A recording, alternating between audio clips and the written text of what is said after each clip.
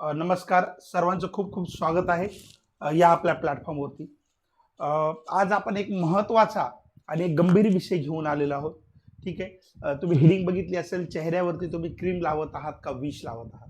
लक्षात घ्या, रिसेंटली अन्न व औषध प्रशासनानं महाराष्ट्रातल्या वेगवेगळ्या ठिकाणी छापेमारी केली.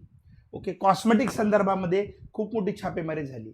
आता लक्षात घ्या, आपल्या रोजच्या जडणघडणीमध्ये आपण भरपूर प्रमाणामध्ये कॉस्मेटिकचा काय करतो, वापर करतो. ठीक आहे.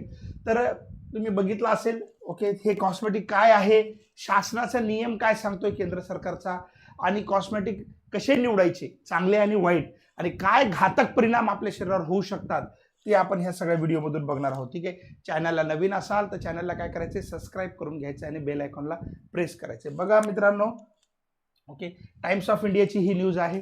ठीक आहे, की पुण्यामध्ये केम हॉस्पिटलला ओके किडनी फेल्युअर डॅमेज झाली आणि ते जो तरुण होता, तो तरुण मर्क्युरी बेस क्रीम लावत होता. जी क्रीम होती त्याच्यामध्ये मर्क्युरीचं प्रमाण अत्यंत होतं आणि किडनी फेल्युअर त्याच्यामुळे काय झालं, लीड झाले. असे बरेचसे तरुण त्या ठिकाणी ऍडमिट आहेत. परभणीमध्ये तुम्ही बघितलं असेल, पाकिस्तान आणि इंडोनेशिया, मेड इन पाकिस्तान आणि इंडोनेशियाच्या काही सोप म्हणा, क्रीम्स म्हणा, ब्युटी क्रीम्स म्हणा, त्याचा साठा एफडीएनं जप्त केला आहे. ह्या पण क्रीममध्ये मर्क्युरीचं प्रमाण, लेड आर्सेनिकचं प्रमाण अत्यंत जास्त आहे. जे प्रमाण गव्हर्नमेंटनं सांगितलेलं आहे त्या प्रमाणापेक्षा जास्त आहे. हे आपल्या आरोग्यासाठी अत्यंत घातक आहे. ठीक आहे. पुढे बघा मित्रांनो, व्हिडिओ शेवटपर्यंत बघायचा. ही एक तुकाराम मुंडे यांनी जो बनावट नागपूरमध्ये ओके स्किन केअर, म्हणजे डॉक्टर सुद्धा, काही बनावट डॉक्टर कॉस्मेटिकच्या ट्रीटमेंटसाठी अगदी स्वतःच्या जवळच्या क्रीम देतात, त्याच्या कोणतेही मापदंड जे आहेत ते फॉलो केलेले नसतात आणि परिणामी खूप मोठ्या साईड इफेक्टला सामोरे जावं लागतं. तरुणाईमध्ये खूप क्रेज आहे. ओके, लग्न सराईच्या टायमिंगमध्ये असेल किंवा सुंदर दिसण्याचं जे तरुणाईमध्ये क्रेज आहे त्याचाच गैरफायदा काही ठिकाणी घेतला जातो आणि आपल्या आरोग्याशी खेळ केला जातो. ठीक आहे. बघा, लक्षात घ्या, आपण मार्केटमध्ये खूप वेगवेगळ्या प्रकारच्या गोष्टी वापरतो. बघा, लक्षात घ्या, आपण क्रीम, फेअरनेस क्रीम वापरतो, पण ह्या सेफ आहेत का, लक्षात घ्या. पूर्ण व्हिडिओ बघायचा आहे, सगळं तुम्हाला डिटेल करणार आहे. Beauty cream, fairness cream, anti ageing cream, moisturiser, okay, beauty soap, baby soaps वापरतो आपण खूप प्रमाणामध्ये, काय हर्बल सोप, फेस वॉश वापरतो, फाउंडेशन, बीबी क्रीम्स असतील, भरपूर प्रमाणात कॉस्मेटिक वापरतो. हे सगळे कॉस्मेटिक आपल्यासाठी विष तर नाही आहेत ना. हेच तर आपल्याला या व्हिडिओच्या माध्यमातून बघायचं की नेमकं हे कॉस्मेटिक आपल्यासाठी चांगले कसे आहेत आणि वाईट काय आहेत. लक्षात घ्या, शासनाचे नियम काय सांगतायत आणि काय नेमकं कॉस्मेटिक आहे ह्या कॉस्मेटिकमध्ये आहे. बघा, शासनाची केंद्र सरकारची संस्था आहे CDSCO, central drug standard control organisation. Okay, या संस्थेच्या अंडर खाली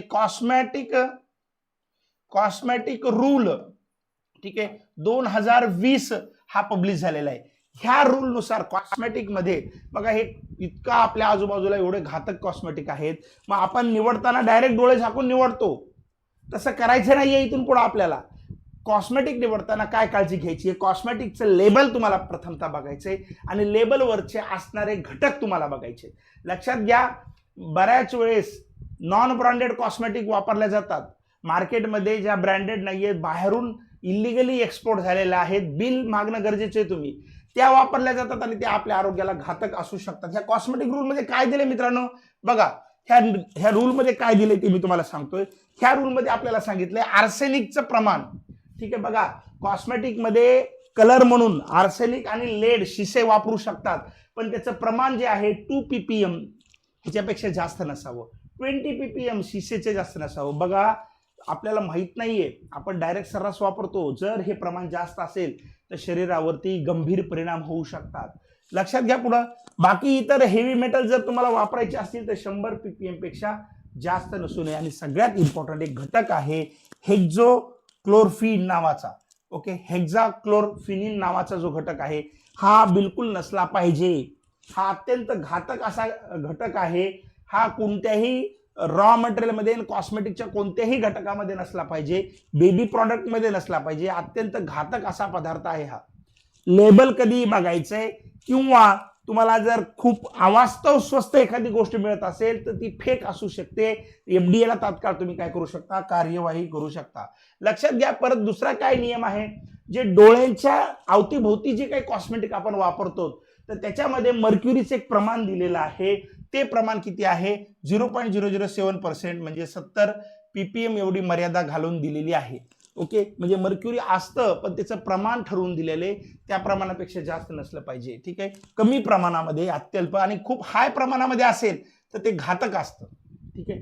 त्याच्यानंतर बघा, मर्क्युरी जे आहेत फायनल प्रॉडक्टमध्ये मर्क्युरी 1 ppm पेक्षा जास्त नसावं. ठीक आहे, काले मर्यादा घालून दिलेली आहे. प्रिझर्वेटिव्ह जे आहेत, पाऱ्याचे प्रमाण प्रिझर्वेटिव्ह मध्ये 70% सांगितलेलं आहे आणि हे 1 ppm फायनल प्रॉडक्टमध्ये नसलं पाहिजे. लेड आणि आर्सेनिक जे आहेत हे बॅन आहेत रंग देण्यासाठी, जर कुठं वापरत असेल तर ते बॅन आहेत सध्या. ठीक आहे, आणि बघा, आणि प्रमाण पण त्याचं सांगितलं तुम्हाला मी मागच्या व्हिडिओमध्ये.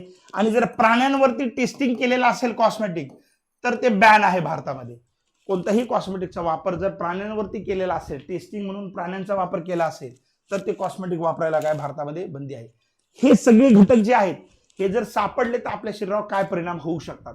आणि व्हिडिओच्या शेवटी आपण बघणार आहोत चांगलं कॉस्मेटिक कसं निवडायचंय आणि कसं धोक्यापासून वाचायचंय. हेक्झाक्लोरफिनिन नावाचा जो घातक कंपोनंट आहे, जर तो आपल्या कॉस्मेटिकमध्ये असेल, आहे जे बोगस कॉस्मेटिक आहेत आपल्या आजूबाजूला, जे नॉन ब्रँडेड तुम्ही वापरता, जे कोणतेही कुठूनही विदाऊट बिलिंग कोणत्याही ठिकाणाहून तुम्ही घेतात तर तिथं हे असण्याचे धोका आहे. त्वचेची जळजळ होऊ शकते, ॲलर्जी सारखे होऊ शकते, त्वचेला सूज येऊ शकतो, असे जर असेल त्वचा कोरडी पडू शकते, लिव्हरवरती परिणाम होऊ शकतो, दीर्घकाळ वापर असेल किडनीवरती, नर्वस सिस्टीमवरती, लहान मुलं, ओके, गर्भवती माता यांच्यावरती पण गंभीर परिणाम होऊ शकतात ह्या घटकामुळे. ठीक आहे.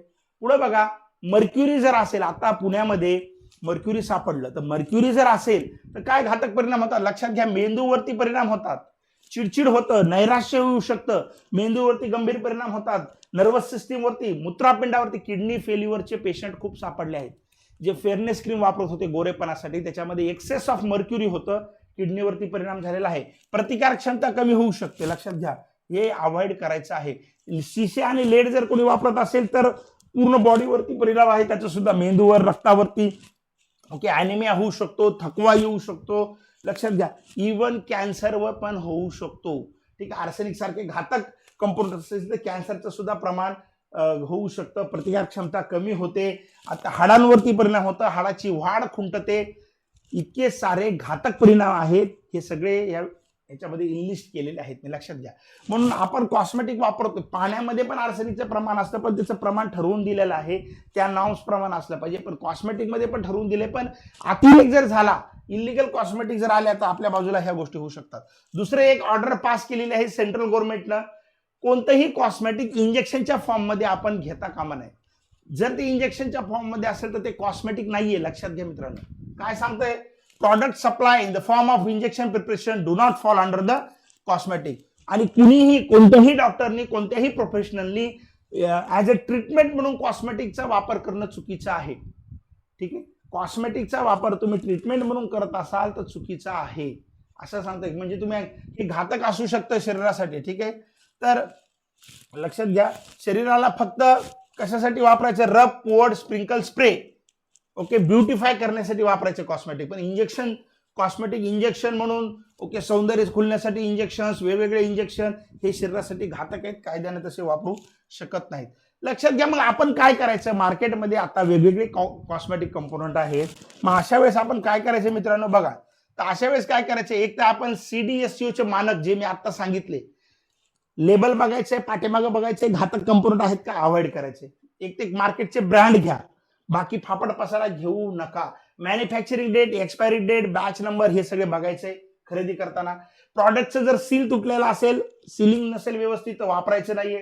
ठीक आहे, पॅच टेस्ट करा तुम्ही, ओके, म्हणजे प्रॉडक्ट थोडासा घेऊन तुम्ही तुमच्या स्किनवर लावू शकता. इचिंग वगैरे होत असेल तर अवॉइड करायचंय तुम्हाला, पॅच टेस्ट करू शकता तुम्ही. त्वचेवर जळजळ वगैरे होत असेल, बारीक फोड येत असेल, खाज येत असेल तर ते कॉस्मेटिक वापरायचं नाही तुम्हाला. लहान मुलांना बघा, फक्त बेबी प्रॉडक्ट्स वापरा, प्रौढांची, मोठ्या माणसाची प्रॉडक्ट लहान लेकराला वापरायचे नाहीयेत. मार्केटचे जे बेबी प्रॉडक्ट्स आहेत, हिमालया खूप चांगली कंपनी आहे, बेबी प्रॉडक्ट्स त्याचे वापरू शकता. ठीक आहे, बेबी प्रोडक्ट्स वापरायचे. डोळे, तोंड किंवा जखमेवर कॉस्मेटिक लावू देऊ नका. जखमेवर लावायचे नाही, डोळ्यावरती कोणतेही कॉस्मेटिक लावायचे नाही. ओके. ॲलर्जी असल्यास त्वरित डॉक्टरांचा काय करायचा आहे, सल्ला घ्यायचा आहे. तर हे सगळ्या गोष्टी आपल्याला करायच्या आहेत. लक्षात घ्या, इथं कॉस्मेटिकमध्ये फक्त ब्रँडला आपल्याला जायचं आहे. लोकल मार्केटचे किंवा लेबल नसलेले, मॅन्युफॅक्चरिंग नसलेले, बाहेरून एक्सपोर्ट होणारे किंवा तुम्हाला क्विक रिझल्ट देणारे असले प्रोडक्ट अवॉइड करा. लक्षात घ्या, तूप खाल्लं की लगेच रूप येत नाही. ठीक आहे, असले प्रोडक्ट आपल्याला काय करायचे, अवॉइड करायचे. मार्केटचे चांगले टॉपचे जे ब्रँड्स असतील ते तुम्ही यूज करू शकता. बाकी घातक आणि तुम्हाला अननोन असणारे, बाहेरून एक्सपोर्ट होणारे थोडंसं सावधान राहायचंय. ठीक आहे, आणि शासनाचे जे नियमावली आहेत ती फॉलो करायची आहे. लेबल बघा, घातक कंपोनंट्स असतील तर अवॉइड करायचं आहे. ठीक आहे. थँक्यू सो मच मित्रांनो.